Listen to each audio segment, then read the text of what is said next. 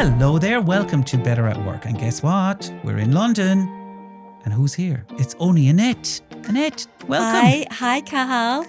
Made it to London. It's been a long time in the planning, hasn't it? Oh my God, here. we've been planning for a while. I made it safely. We're so happy to have you here. This is our listeners' question episode and of course our takeaways from my brilliant chat recently with Leidy Klotz. So we're just so excited to have you here, Annette, so we can chat through all of that. I'm really looking forward to it, Cathal. We've both gotten soaking wet coming up here. Tell them how long we were waiting below at Waterloo Station for a bus.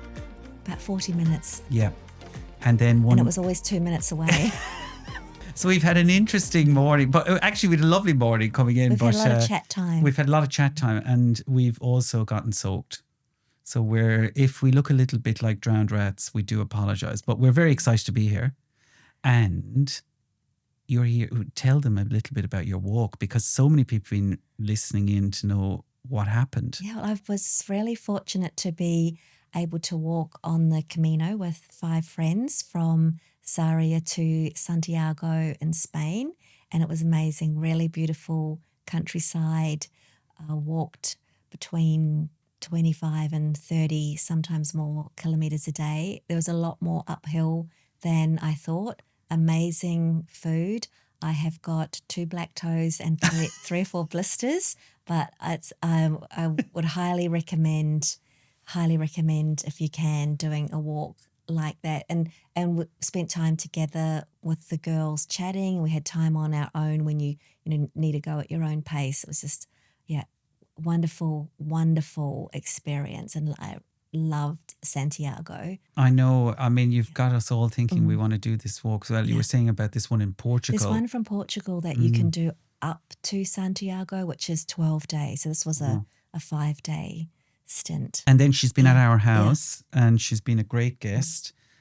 Sometimes when you've got those guests coming, you're like, oh God, but it's Annette, it's easy.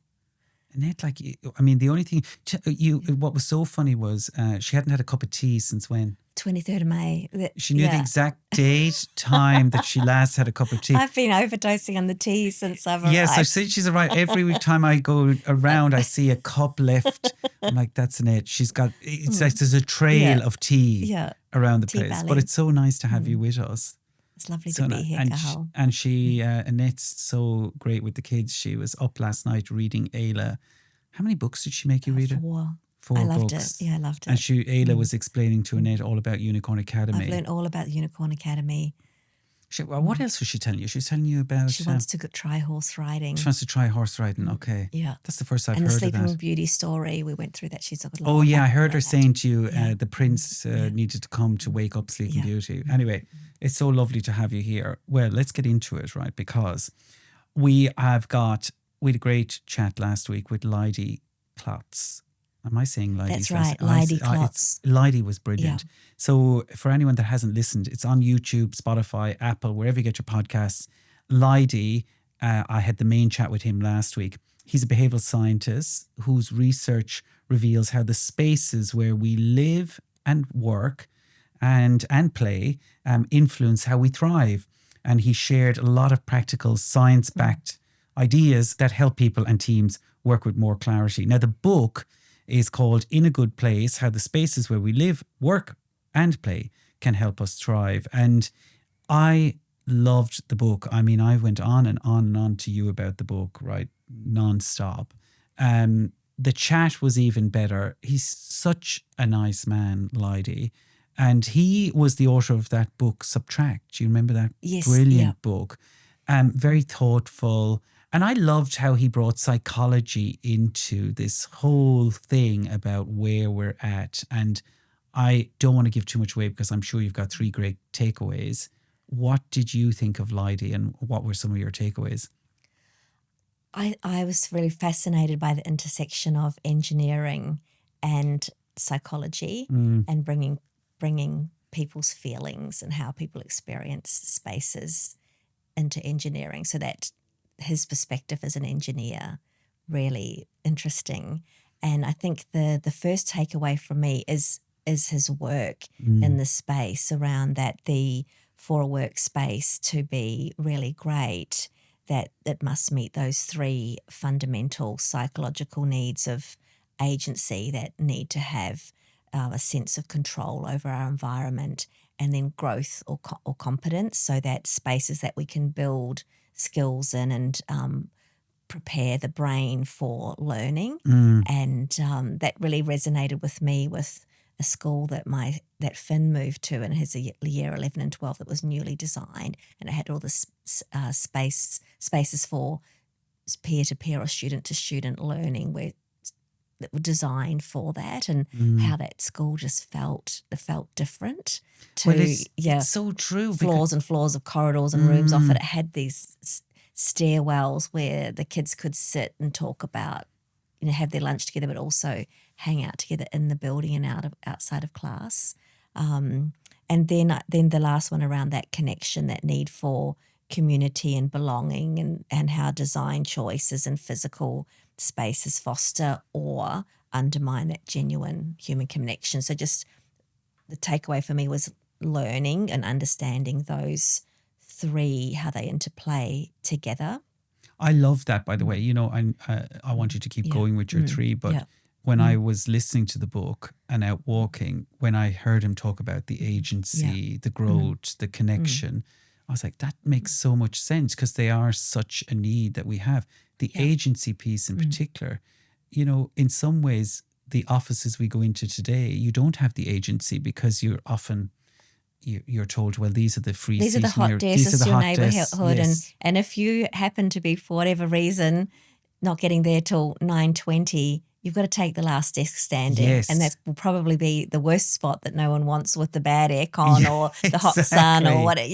Yeah, I loved that, right? But we'll talk a little bit more about that. What was your second one? The second one was, and this was just quite a simple one, I thought, I wish I had known this earlier, which is when you've got, an important or high stakes session, go to the room 20 minutes before, the day before, get comfortable with it. And it seems really obvious, but I haven't done that. So I know that, some rooms where I've felt intimidated, or, the subject matter or the people, but if you'd been there and you feel comfortable and that's your space, imagine what a difference that could make. So that's a smaller takeaway, but I think probably could be really powerful. I remember that one so much as well. And I think he talked a little bit about, in the main chat, how even if you're negotiating a deal or, whatever it is, knowing where the location is, like, very, very important. But I liked his idea of, go there 20 minutes before, get a sense of the space. Because remember he was saying as well, even when you go on holidays, sometimes you don't like maybe the space when you first get there. And by day 7, you know where everything is. You're feeling so much more comfortable. Yeah. And I know that when going through a building renovation and moving around floors, it's like, I like my own floor. Yeah. Because I know it. Yeah. So that one, I think that's a really helpful, practical one from Leidy about being able to feel yourself and feel positive and confident, not to be put off by the space. Get there the day before or 20 minutes before and put your feet up and even think about maybe where you want to sit. Stand and where you want to sit for the meeting even, Yeah, and I think linked to that, Cathal, it's that, and I think you talked a little bit about this, it's sort of linked to this point of, that people say, I think Leidy even said it in his advice, go somewhere new every year. Yes. And what people love to travel. And one of the things I've read about traveling to a new place is when you go somewhere new that might be a different language or a different environment, different weather, all of your senses are all heightened and activated. So probably things do impact you more and people feel more alive when they're traveling, and things impact you more. And maybe that's similar with space. You go somewhere you haven't been before and all your senses are full on, and getting that time when you do need to be zen and relaxed, to having that chill out time before. So love that one. My third one is it's probably a 3-stage part to it, and that I think what Leidy's bringing really I think what's central to Leidy's insights is that, and you asked him that question about where do companies most often fail Oh, in the yes. space, and Yes. he said, well, they might start with the paint color, or they Yeah. start with they don't start with what those three needs Fundamental are. needs are, So yeah. so part of this third takeaway is Leidy said some people, or many people, thinking about the space zone out. You think it's too hard. What control do I have? I'm not Yes. going to get multiple millions to renovate, or it is what it is. There's not. So that insight that he had about, we can do something about it by, even if you can't refurb or move or change too much, if you start with what those needs are around agency, growth and connection, what things can you do to make each of those happen? Don't feel defeated by it. And it made me think about often the spaces that we're working in that are architect designed, that are often, built and evolved from minimalism, and that is a failing that's been recognised in minimalism. So I'm helping and working with Finn on one of his assignments. I have learned what Le Corbusier's 5 points of architecture are, that are the basis of architecture, and they're really quickly, they are, the first one is about raising the building on columns to free the facade, free planning, so separating structural plans from partition walls, so allowing floor layouts to be designed independently on each floor level. The next one is the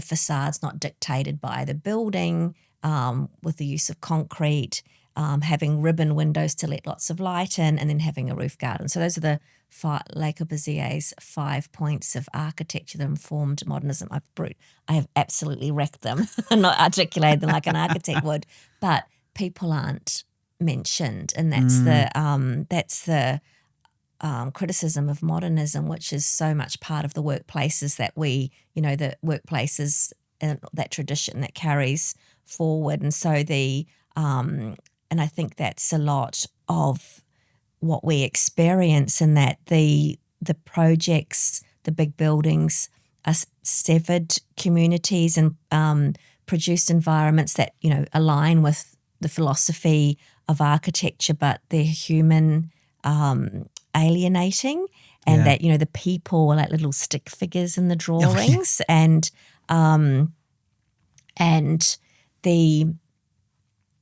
what Leidy is, what he's bringing to life is that whereas a lot of architecture assumes that you start with the form of the building and that human flourishing will follow. And you see that in a lot of buildings with these, big concrete courtyards outside that no one's in. But whereas what Leidy's saying is, start with the human psychological needs and work outwards to the space. It's really different. It's so different. Yeah. And that's why I really was keen to get him on, because I think it is putting the people at the centre. Yeah. I think, you mentioned there about as well, people won't have loads of money to maybe do big renovations to offices, etc. But you can give people agency, say, you've got this new project to do. Yeah. There's a space over there. I'm happy for you guys to do whatever you want with the space, right? Whatever way you think it's going to work, which is great, right? The connection bit, I think you can do, right? It's like, I remember even when you and I used to work together, sometimes even on a Friday, getting some cakes, treats, putting them all out in the centre and everyone coming in and having a chat. That creates that connection. And I'm reading a lot about how some big organisations now are bringing back the pub. I think I put that on the newsletter last week, I think, to bring that sense of connection into the organisation. And I think that's there's obviously going to be people going worried about that because Mm. of HR issues around drinking, etc. But there's obviously this desire to create connections now within organizations. Because like you and I were saying, even on the train coming up, if you're going into an office every day and you're hot desking in and it's like you don't know who you're going to be sitting beside, and it's a little bit lonely, I think. I think that there's been so much lost in that feeling of connection and belonging, of not having your own space, if everything's stuffed in your locker Yeah. and you're on a different desk every day. Exactly. And I think I've mentioned, Cathal, about what we know with Canva, for example. If you come into the office 7 days a fortnight, Yeah. you can have a permanent desk. I love that and you can idea. sit there and you can put your things out. Have a plant. You Yeah. don't have to pack up every night, and that that's my space. That's my And I workspace, think and people I can like that, yeah. And even when you and I worked together, people knew where we were sitting, Yeah. that they liked it. They knew Yeah. that's where they are. Yeah, I think, look, Leidy, brilliant, really, really good. And it's interesting, since we've had him on, there's been a lot of articles as well. I showed you yesterday in the Sunday Times, I think last week, they had a whole section on, it was in the business section, all about the office and how curved walls are in, Yeah. the having along the edges places where people can make private phone calls, like Yes, little yeah. booths. And the other thing I thought was interesting was if you've got a boss on your floor, that he or she is sitting, maybe they may have a space, but they have bifold doors, so they can have the doors open for most of the time. And then if they have to have a meeting or something private, call or whatever, they can close their bifold doors. But it's really, I think the office, the space, it's a hot topic Yeah. at the moment. Last year we talked a lot about return to office. It feels like now it's like, okay, return to office, but what am I getting? How do Yeah. I get the agency, the connection, the growth? And that's, I think Leidy's book Yeah. is coming at a perfect time. Yeah, I think that recognition that the space that we spend sometimes the best, most productive creative hours of the day, that actually that space really can affect how we think, how we feel, and then how we work, and also how we go home at the end of the day. Absolutely. Yeah, the space that you're leaving, that if it's just like bung it all in a locker, but whereas if you want to leave your desk tidy, make sure Yeah. your plant's watered over the weekend, and that's my space. It's where I come to do good work. I Exactly. think And as even well. like, Yeah. the kitchen areas, like thinking about Yeah. those and, Yeah. are they a place where you're going to be able to chat with someone? Yeah. Often, I have found over the years, you solve problems when you meet someone in the kitchen So, and you're like, I'm so glad I saw you. Can I just have 1 Exactly. minute? Yeah. Exactly. So we hope you liked the chat with Leidy. If you I haven't did, checked it yeah. out, Beautiful book. It's a beautiful book. it's a lovely book. Yeah. And the book, if you get the book, you'll see it's dedicated to his daughter, who is a beautiful girl who sadly passed away. And when she was only 4 only years 4, old. yeah. And he talked about his Yeah. favorite, one of his favorite memories of being in Jersey at the beach, Jersey Shore, I think it Yeah. is, and being there with his daughter and the smells and the feel of the Yeah. place. Just a lovely man, really nice man. I really enjoyed the conversation. Go check it out, Leidy. The book. Brilliant, brilliant book. To just give you its full title again, the book is called In a Good Place, How the Spaces Where We Live, Work and Play Can Help Us Thrive. And brilliant. So thank you, Annette, for those takeaways. Now we've got a question, Annette. We've got a question all the way here to London for you. It's from a lady called Helen.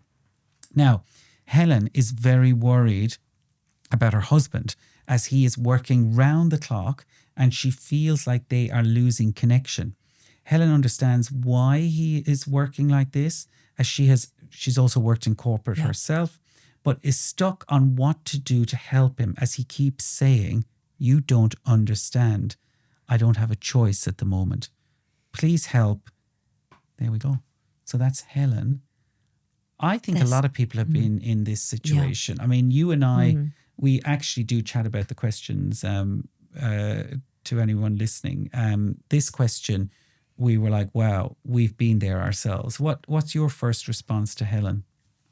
That question, Cathal, it made me think of the people I've worked with or friends when you see people under pressure at work, when they're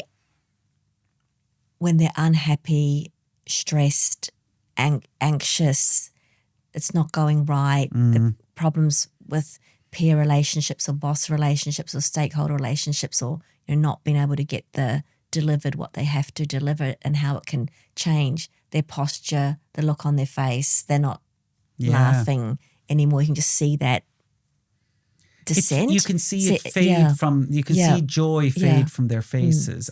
As you say that, I'm thinking of so many different when people. you've seen it happen, and I know myself when I've been in the past through rocky patches with work, that you can lose that You lose spark. yourself a bit. So I think, Helen, my first thing is you need to trust yourself that you know your husband, and if that's what you're seeing, there's real importance to that, and that response of you don't understand, I don't have a choice. I think you need to persevere, Helen, in the gentlest ways to set us, and we're not psychologists, so there'll be parts of this that lots of other people have better advice, Helen, but how can you carve out some time where you and your husband can talk about what he's experiencing in a way that can prompt that, okay, well, there are always choices.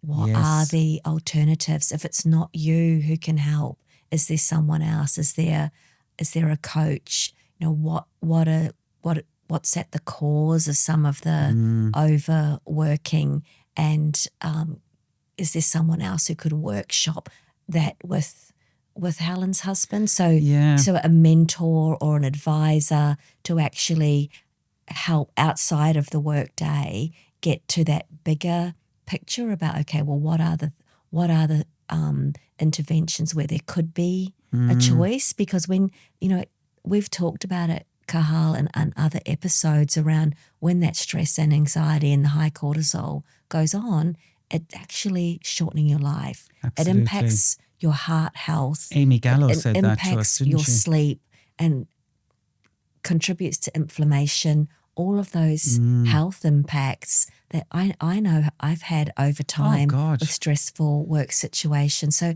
it's real. It's not just head down, I'll get through it. No. Another 18 months, things will look up. It's you can do things. When you said that, it reminded me of my uncle's wife, Mary. Hi, Mary Dunford.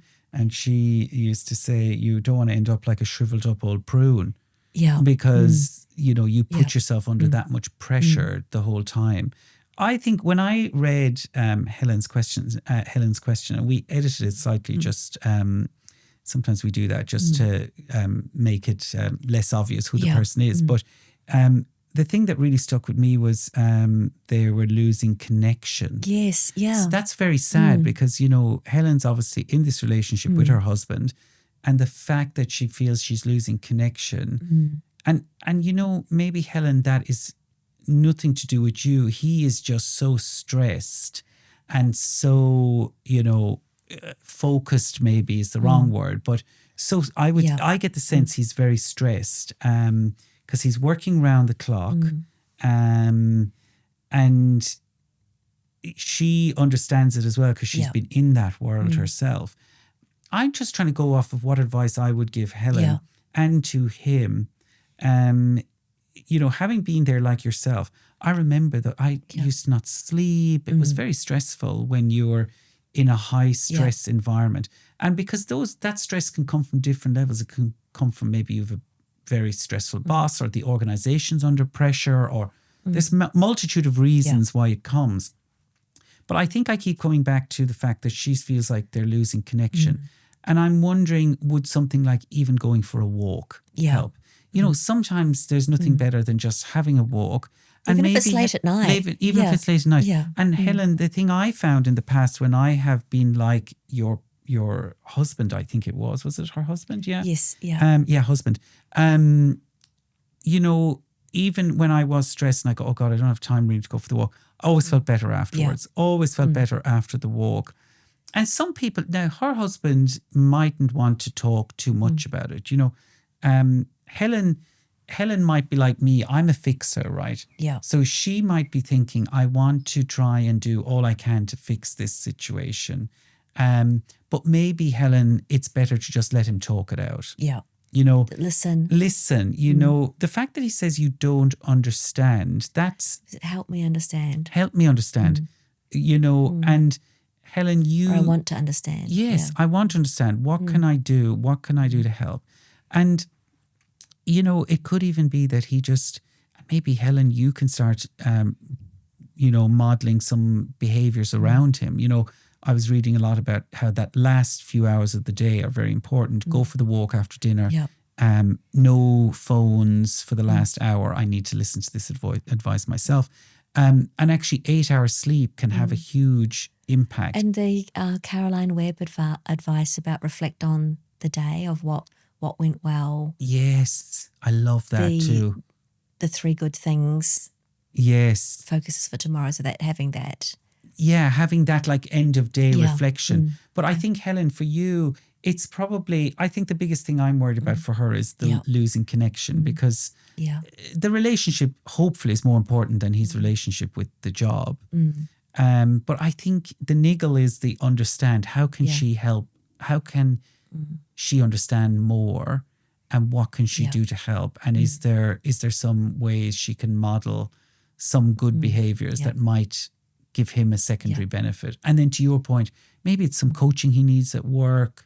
Maybe, you know, is there someone that he can get some a mentor or someone exactly who's worked with in the past, who's been there, done that. Yeah. And could she also say even things like going, you know, this job doesn't define us, you know? I mean, that's hard to do. Maybe they've got... When you're in it. When you're in it, it's difficult. So Helen, a tough one. I'd love to hear how that goes, and I hope some of these ideas, just thought starters.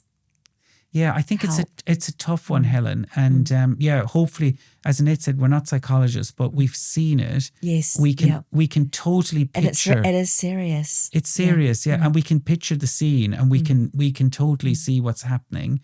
But we really think hopefully some of that will help you.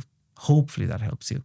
Thank you so much for your question, Helen. So, Annette, if they've got a career dilemma, what does our lovely listener need to do? If you've got a question or a work dilemma that you'd like Cathal and I to work through on a future listeners' question session, drop us a note at betteratwork.net, and we'll do our best to give you some ideas, some thought starters, some books to read. We'd love to hear from you. And don't forget, Better at Work is on YouTube, also Apple, Spotify, wherever you get your podcasts. And please keep listening. Tell your friends, because that's the way that more people find out about the show. Now, next week, we have an incredible guest. I filled Annette in yesterday. She couldn't believe it. Roger Martin. I've been working on the background. I'm always like sneaking to get some good guests for us. Roger Martin, I'm so excited he's coming on. Roger is the author of the book Playing to Win, How Strategy Really Works. Now, Annette, I'm so looking forward to this. Roger Martin, we have had on our list. I went back and looked. He was on our list 5 years ago. When we first started the podcast, Roger Martin, kind of one of the top guys in the world on company strategy.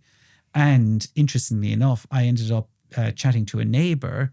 And when I said I was interviewing, he goes, oh my God, Roger Martin, he is like outstanding. So, and this neighbour actually got mentored by Roger Martin. So we're very excited for Roger. So that's next week's episode. So that's it. That has been this episode of Better Work with Annette here in the studio in London.